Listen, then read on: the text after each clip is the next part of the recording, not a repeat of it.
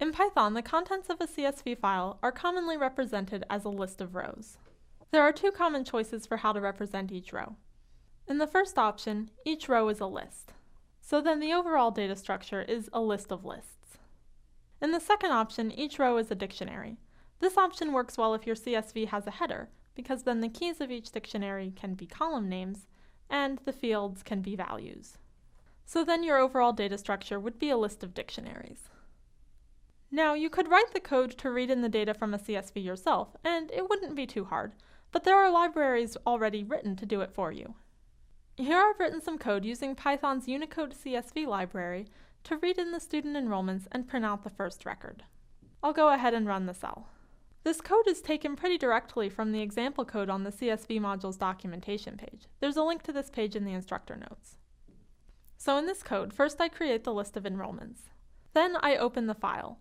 The mode RB here means that the file will be opened for reading, and the B flag changes the format of how the file is read.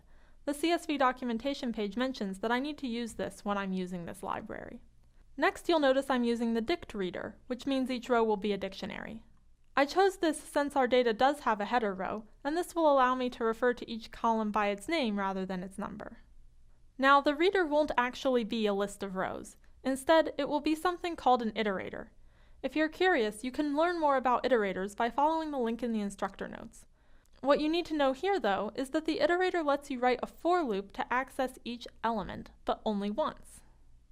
So if I were to add this second loop to print out all the rows in the reader, then actually nothing would be printed, because you can only loop over an iterator once. Since I'll want to access the data multiple times, I used my one loop to append each row to a list. And finally, I need to close the file. And then since this row is the last row in the cell, it gets output in the output area.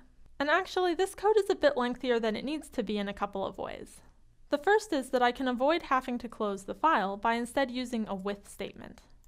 When I open the file using a with statement, I need to indent everything that accesses that file.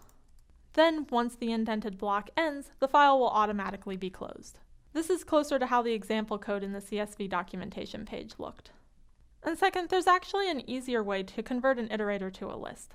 Here, by calling list of reader, I've created a list of the enrollment data without using a loop. So now I can delete this line and this line. Now I'd like you to write code to read in the other two CSV files, and also take a look at the first row of each file to make sure it worked properly. In case you're still getting everything set up, you'll also be able to complete this exercise in the Udacity code editor at the end of this video. If you do, you can use test run to see the output of your code, and submit to see if your solution is correct.